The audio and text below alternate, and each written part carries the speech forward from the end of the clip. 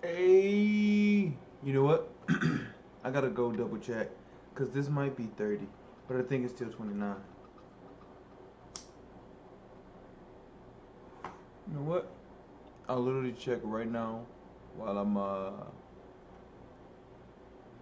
what's the fastest way?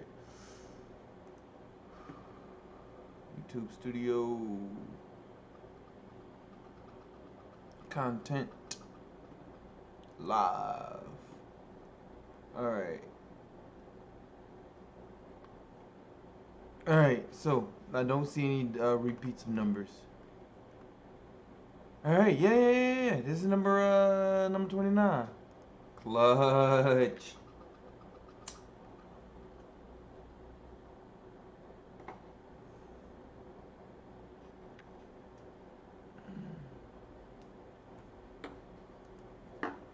Hey everybody, I'm Absird, and this is Chatting with Abby.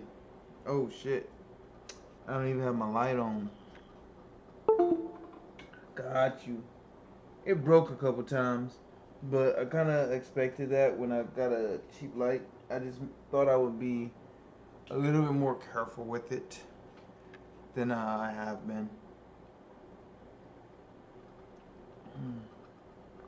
Alright, looks like it didn't really have a super noticeable effect, but I can see me a little more clear now. Alright.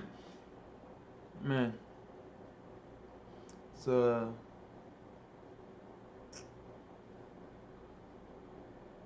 so at work, I always had an idea of my numbers. I just didn't compare them with other people's numbers. I didn't, you know,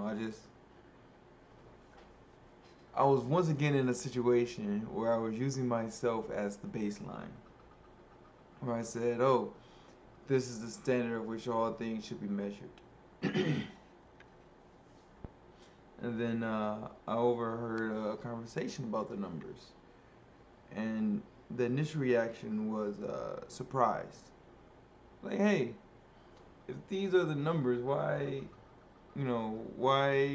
are other people not satisfied with this? And then the comment was, these aren't the numbers. These are Abby's numbers. Abby's numbers are going to be a little bit different.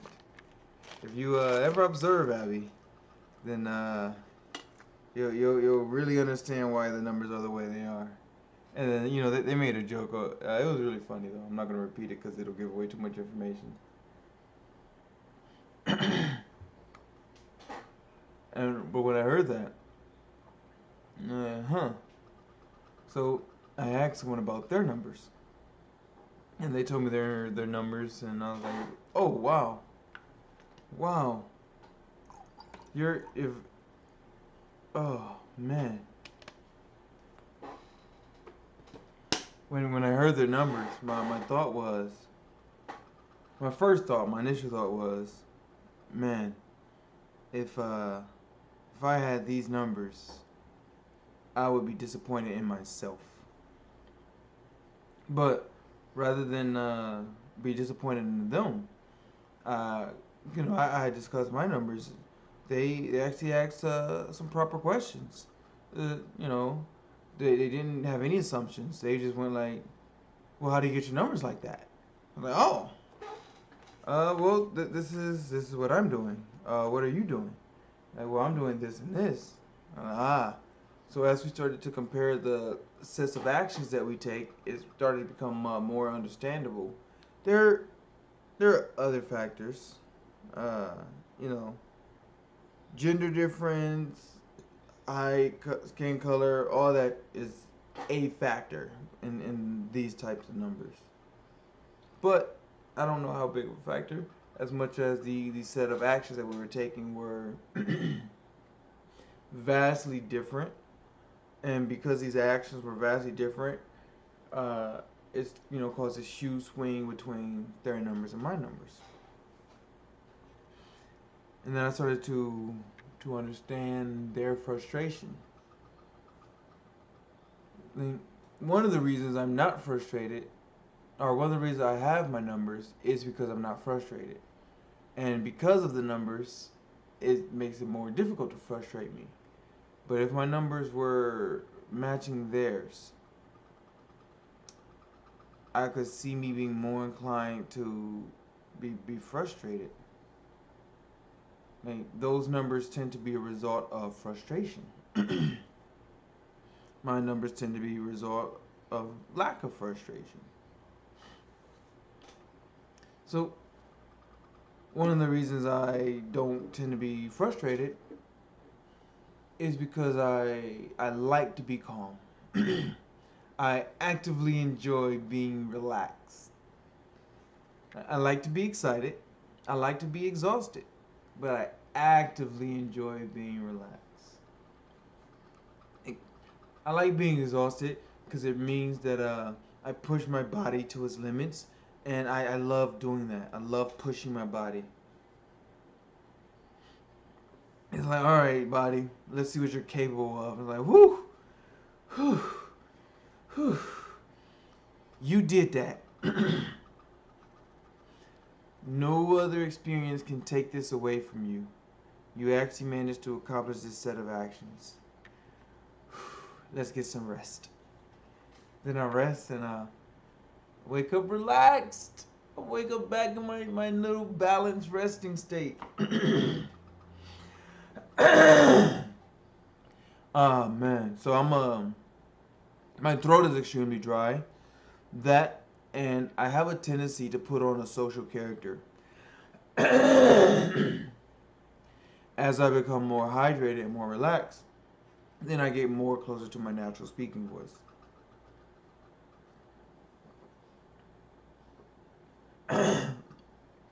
Because this is a voice.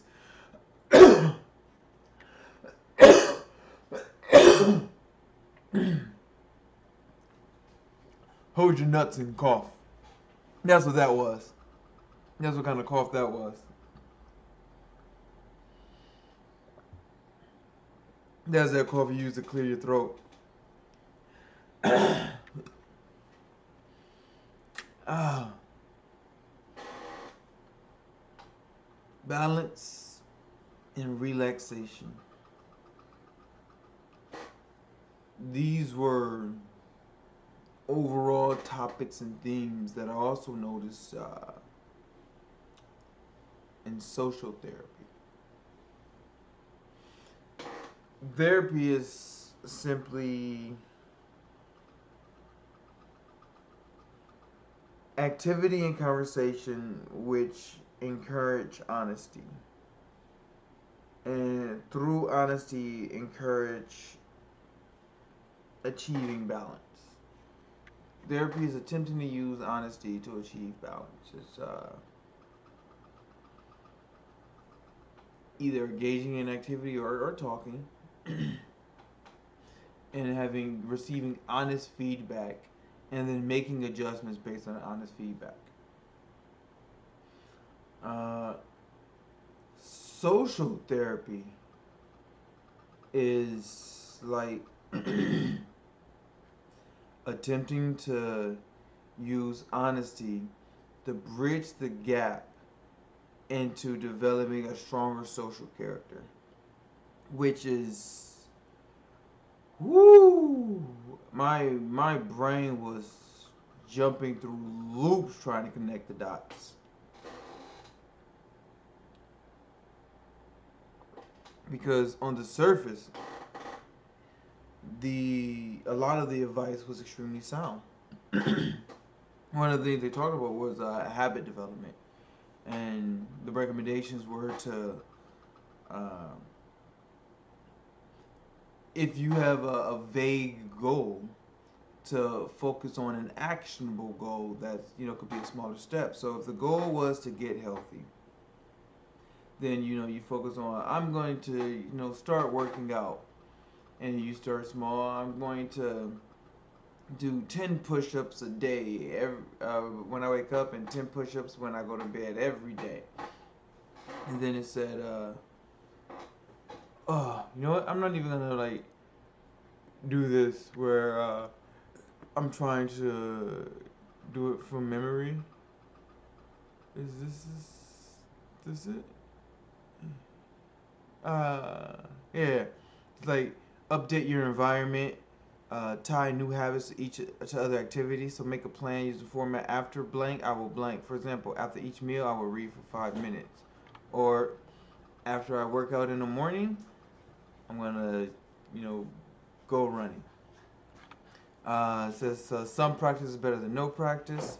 Tell someone you're starting a new habit. Doing so creates accountability, makes it more difficult to back out of your commitment. That part I kind of disagree with.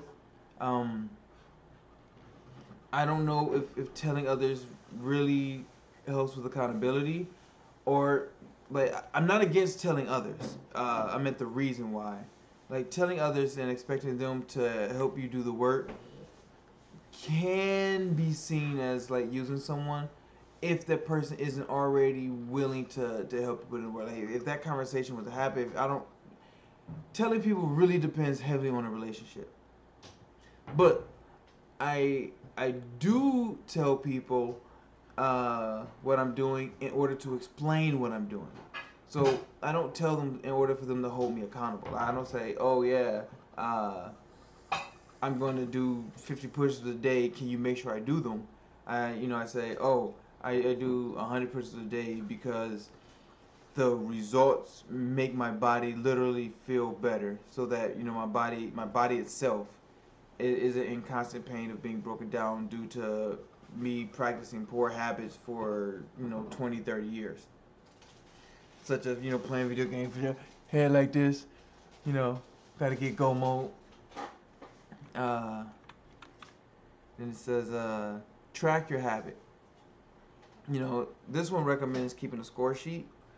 Um, I don't. Like, I know that I have been working out every day since like December, but I don't know when I started. Uh, I don't know which days I achieved which goals because I didn't have my goal wasn't to hit a certain number of push-ups. It was simply to work out every day. So when I look at my checklist, it's not, oh, how long have you been working out every day? It's, did you work out today? And if the answer is no, then it's like, let's get it done. If the answer is yes, how many times? Did you do your morning? Did you do your night? It's an easy checklist because I literally do it, when I roll out of bed. Emphasis on rolling.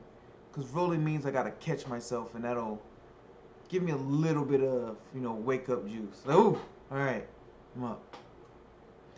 And then, of course, working out right out of bed is it's difficult, but it wakes you up. It's like coffee.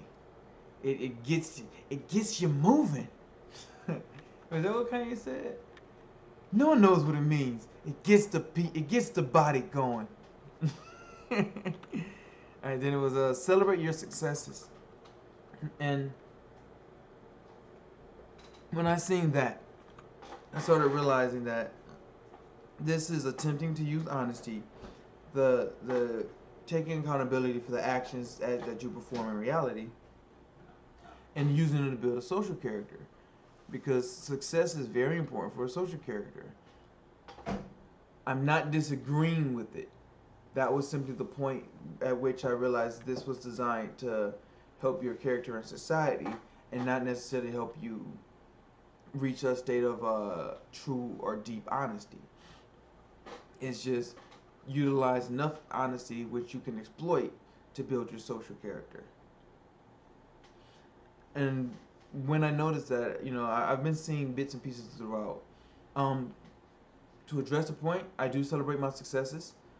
Uh, when I went from 10 push-ups to 25, no, from 10 to 20. Yeah, I went to 10 to 20 and 20 to 25. But when I did that, I felt ecstatic.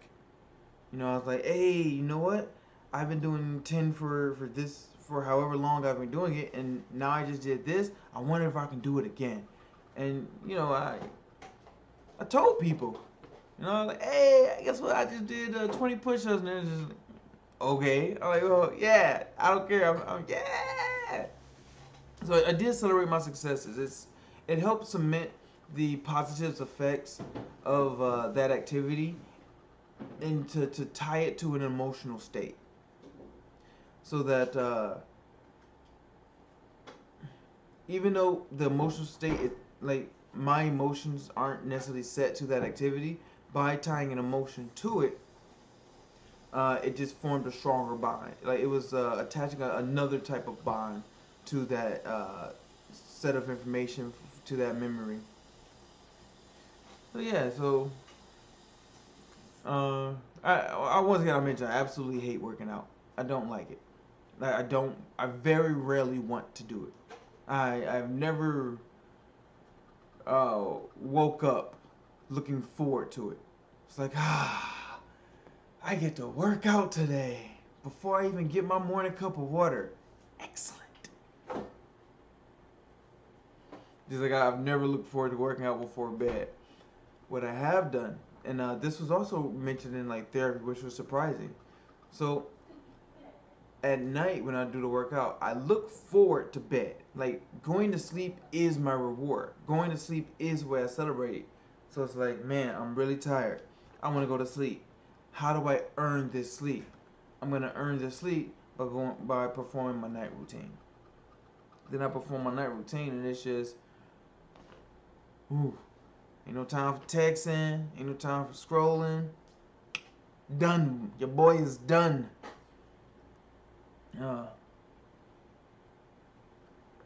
he going night night. Night night. Man. So, in therapy, also noticed that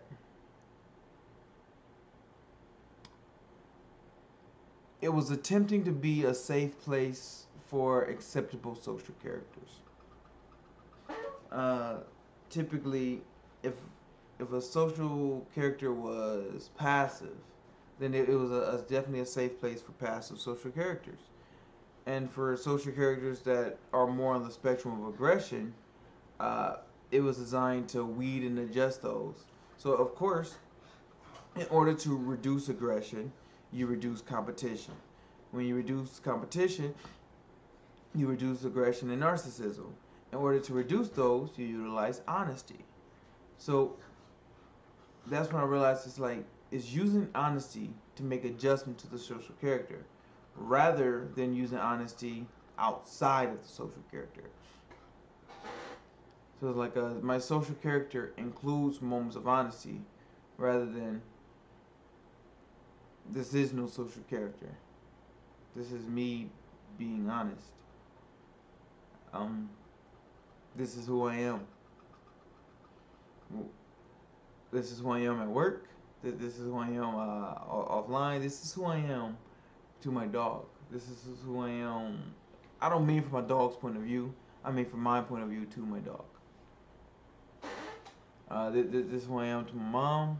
This is who I am to people I come across. I I try to be honest.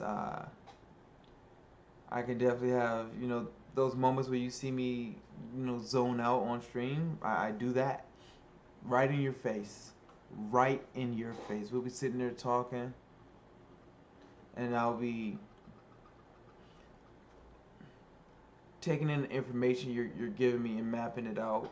Stretching it, looking at it like a model, I guess. It's like, oh, hey, this is what they're saying. This is what it's doing. Okay, okay, cool, cool, cool. And they're like, hey, you aren't even looking at me. Like, oh yeah, I was trying to pay attention to you distracting me. uh, I noticed a lot about the social characters that were there. Like there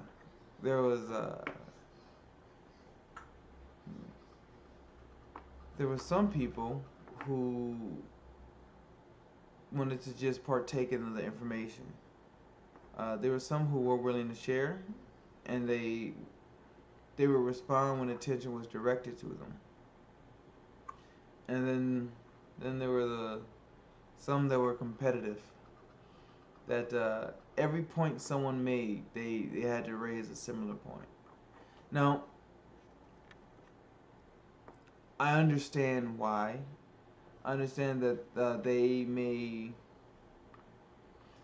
use the idea of competition in order to connect with others. That they were raised in which aggression was used to form bonds. So it's like, hey, I can walk 10 miles. Whoa, yeah, I walked 3 miles the other day. I understand what it's like to walk. It's like, okay, uh, thanks for making it about you. But I get it. I get that that's how their connective reasoning works.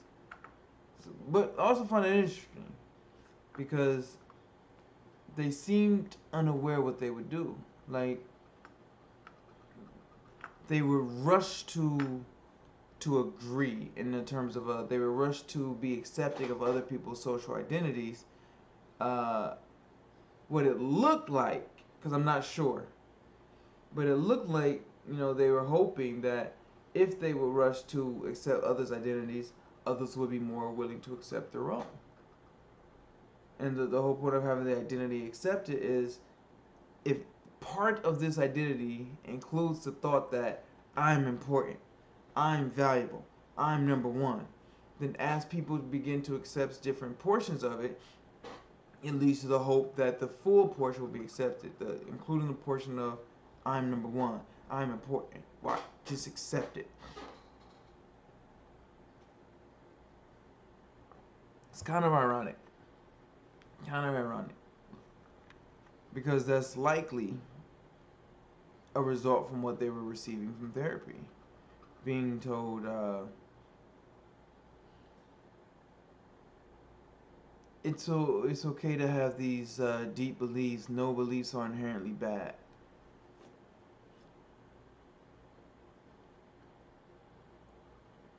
Bad, good and bad are principally defined. Good is a source of comfort. Bad is a source of distress.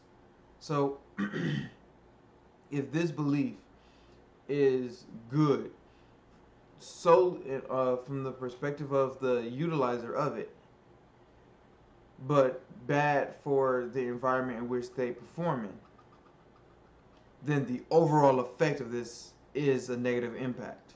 This is causing imbalance. If you're the only one benefiting,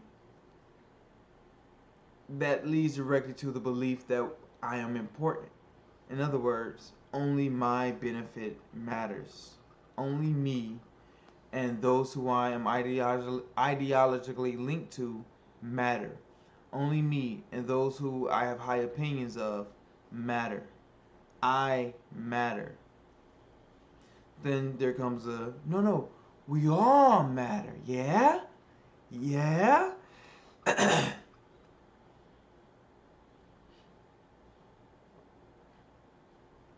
mm.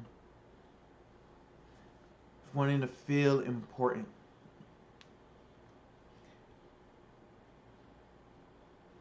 To be perfectly clear, being important doesn't matter.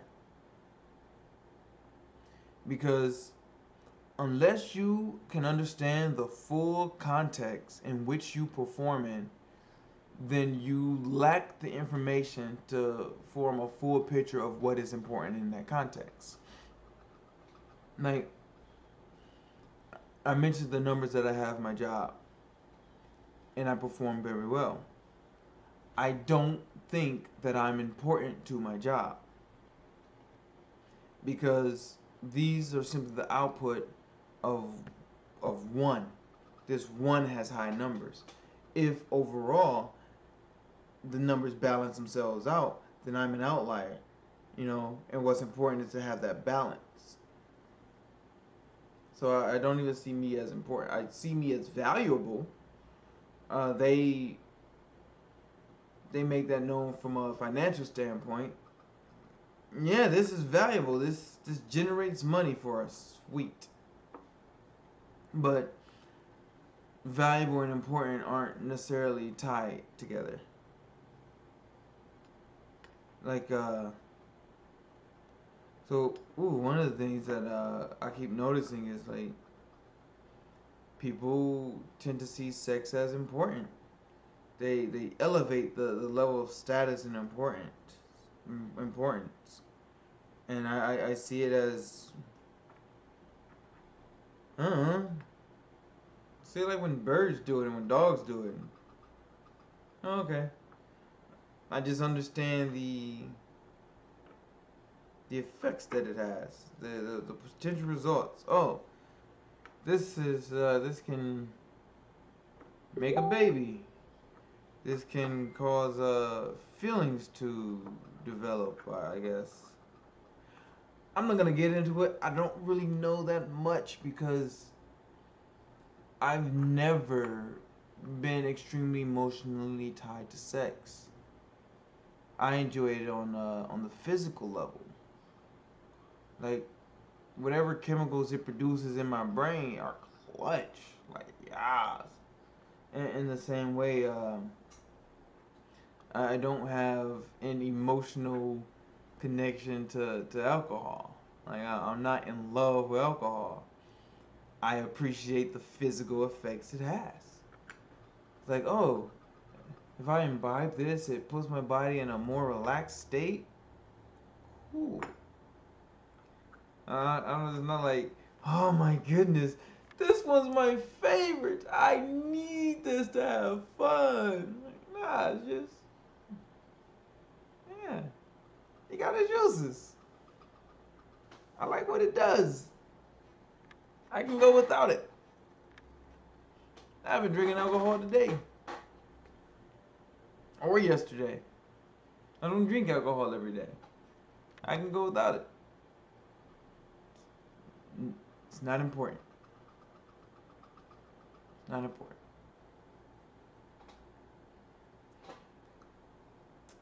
We'll say it's valuable. We'll say it's valuable. Mm. It was definitely fun observing people who have similar issues as I do and how they experience different personality types. And one of the most interesting things that I've noticed is much of the advice they were giving were things that I encountered through happenstance. In my efforts to be honest, I never approached a habit. I didn't even think of working out as a habit. It was just something I knew I understood that I had to do for my body. Like, okay, this is for my body. I didn't know that I was, following these steps, but they actually broke down a lot of these things, and it's like, man, I do this on accident. I know tons of people who do this on accident. In fact, it's not on accident. They do it through purpose, using honesty. That's what helped me realize that therapy was attempting to utilize honesty, and honesty being the individual will and effort to recognize and sync up with truth and reality. Truth simply being what's consistent with reality, and reality being the entity that exists outside of any individual perspective. The what exists outside of the experience is what the experience is projecting onto. It's like if you have a simulation, then there has to be a medium in which that simulation is being reflected off of. Like this, that simulation is being placed on top of something. In reality, being that something. Mm. In fact, one of the things that we discussed was how some people utilize aggression and they wrap it up in humor. Like, oh no, I was just, uh, I wasn't being mean. I was having fun. Well, your fun was intended to cause me hurt, harm, or humiliation. That makes it aggression. Makes it a weapon. And initially, uh, the person, defended it. Like, well, sometimes from one point of view, you're having fun, and sometimes from one point of view, they're being hurt. You just have to understand each other's boundaries. And as I was thinking, what does being hurt have to do with boundaries? Like, if if someone stabs me if someone like tries to punch me in my face, that's not I don't view that as a violation of my boundaries. Like, oh my goodness, I can't believe you disrespected me by trying to punch me in the face. I'm more along the lines of, why the fuck are you trying to punch me in the face? Why are you being aggressive towards me? Fuck the boundaries.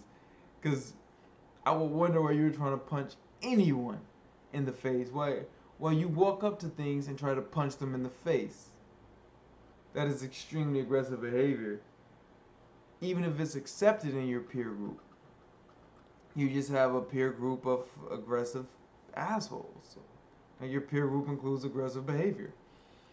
And then they mentioned an experience where they had said something mean. They said, oh, we were just making fun of her. I'm like, listen to what you're saying. You're having fun at her expense, and then you're surprised that she's hurt. And I realized that the person was simply initially disagreed with. They dissented against the idea because they were defending their identity. They were defending a set of actions I had no idea that they even participated in. It's like imagine you're hanging out with your friends, and you're like yeah, rape is pretty bad. And one of them's like, well, not always. Like, what? Are you defending rape? No.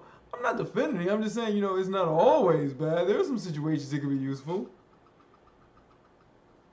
And, the principle applies that the only person that views something as, how does it go? Because it's like, the only persons that would defend rape are people who rape, are people who believe that they can benefit from rape. The only person that would defend theft are people who steal, and people who believe they can benefit from theft.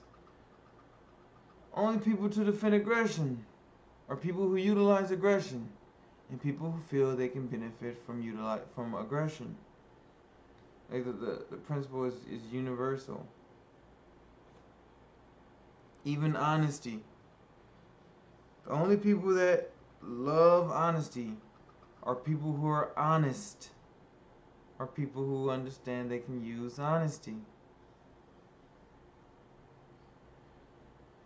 With the identity, it constantly has to be defended. It constantly has to be defended. It's a fragile thing. It's like thinking you're protecting yourself with a shield, but instead protecting yourself with glass. And if something is strong enough to go through this glass, then the glass itself will also hurt you and, double the damage. They receive double the damage.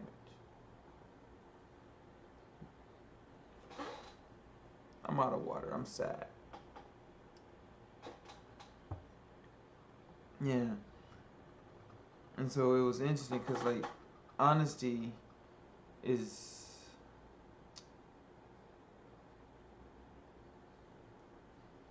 It can provide reinforcements, but it's like the bonding material, or it's like building material, and using it to enhance identity is let's say honesty is like building something out of clay. And so you have this, or we can use metal. You have this metal shield. Clay's better. You have this clay shield, and you have this glass shield. The shield made entirely out of clay is extremely durable. It does get a bit heavy, and through the heaviness of it, it gives you strength. Like as you pick the shield up more often, this shield of honesty, as you pick it up, you physically get stronger. There are physical changes that occur to you. There are mental changes since you're not receiving as much damage because you have this strong clay shield. And then there's the identity, which is this glass shield. Shield that, when you're behind it, you're seeing, you're looking. You're looking at everything. Like with honesty,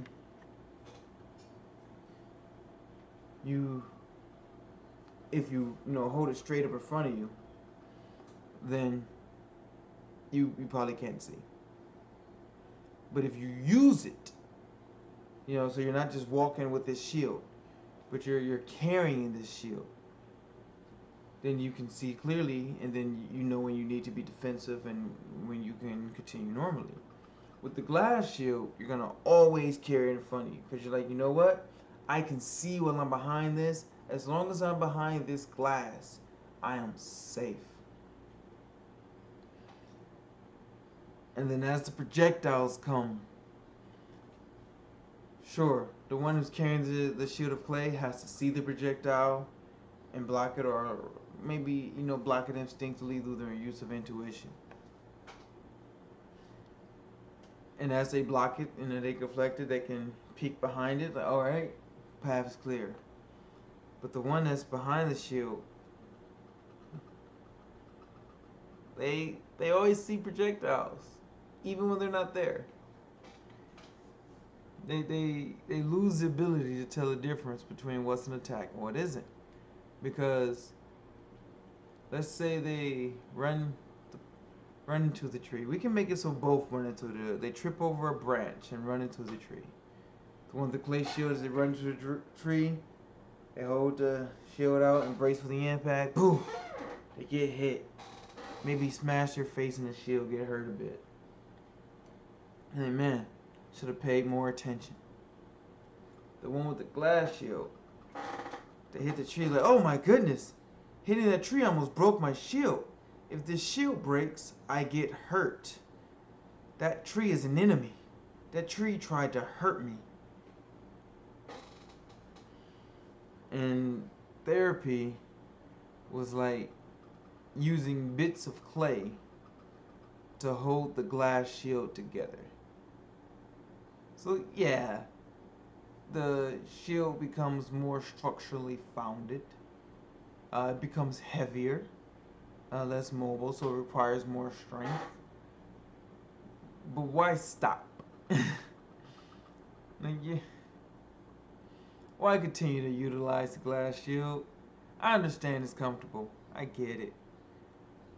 But it's burdensome because it always presents a danger to you. The glass that you're using to protect yourself is a danger to you.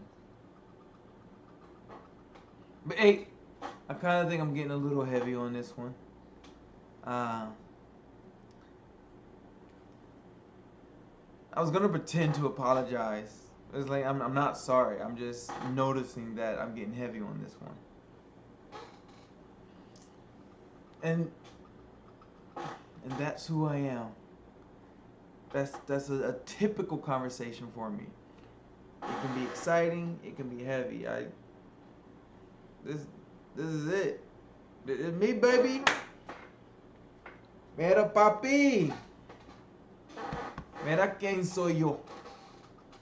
Esta cabrón soy yo. I like this song. Dile, esta cabrón soy yo. Sometimes I listen to a lot of music encouraging narcissism because I literally feel that way. Like, I feel the way about my positive qualities. Like, Something like, in a song like, si tú no sabes, siempre yo soy yo mismo, and being honest. I like the way that we flow, are you on it? Me puedes decir no, let me know so I can switch the tempo, ayy. And then I hear a song like, this is who I am, this is how I am. Like, yeah, this is who I am, this is how I am. Hey, Aaron. Hey, you're literally on camera doing this. You don't care. You just love me. I love you too. Oh, I love you so much. I love you too. All right. I'm going to cut this short. How long I don't even know how long I've been on. Woo, 40 minutes. Ah, all right. Yeah, man, it's a lot more fluid than I thought. All right. I want to talk to you. I do. I want you to be part of the conversation. I want you to join in.